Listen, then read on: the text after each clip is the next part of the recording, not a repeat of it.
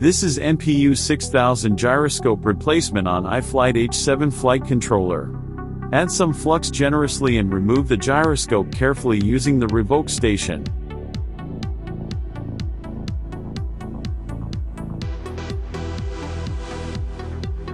Add some flux, and prepare the solder pads, for brand new MPU 6000 gyroscope.